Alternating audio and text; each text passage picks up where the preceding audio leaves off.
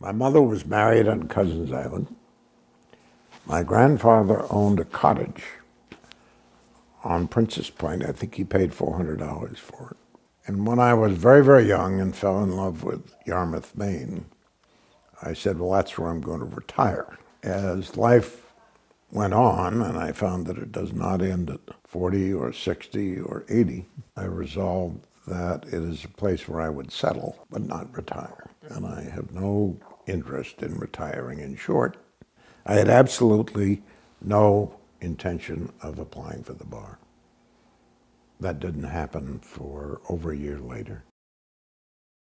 The first one is Dr. Sam Shepard of Ohio. I was just a kid booting around on taxpayer expense in a Sabre jet when he was arrested and put to trial, and was asked much later in life to supervise a polygraph test for him. And the fellow that asked me had just published a book about it. So I agreed, and then I read the book, and then I heard a lieutenant in Cleveland with whom I was arguing bitterly that the evidence showed Shepard didn't do it. And he said to me, if Sam Shepard is innocent, I don't want to know it. And I didn't fly into a rage, but I said, okay, gloves are off. And I filed a suit in federal court saying what Ohio did is an outrage. The judge agreed. He got reversed 2-1, went to the Supreme Court, 8-0. We were vindicated.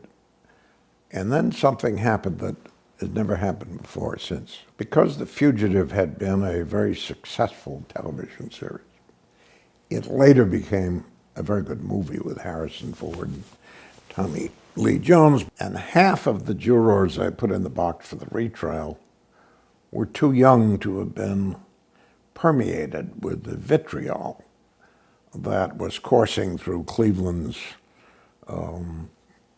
community at the time Shepard was tried in '54. And I asked them if they'd read or ever watched The Fugitive. And the youngsters and quite a number of the older sector had. And I dropped it right there because everybody knew The Fugitive was Sam Shepard. And everybody knew The Fugitive was innocent. So I think I went in with a presumption of innocence really working for once. He was summarily acquitted, and he died 4 years later, which was sad. And then I was hired to defend a captain in the army named Medina for a rampage in a Vietnamese village called My Lai 4. The facts in that case were disgusting to the point of being bilious. To see fully armed GIs shooting into a trench which contained nothing but elderly women, children, and infants, and just killing them by the carload. And there were photographs of this which appeared in Life magazine. So the whole world got to see how lousy this was. And I was defending the company commander who was not present. He was outside the village. And he discovered what had happened and didn't report it. But by the time they charged him, the statute had run on that. But he was charged with 100 murders. Medina was a wonderful guy. He was Mexican-American, brought up in New Mexico, grateful to have an education, grateful to have been accepted in the Army, and a very good company commander, much respected.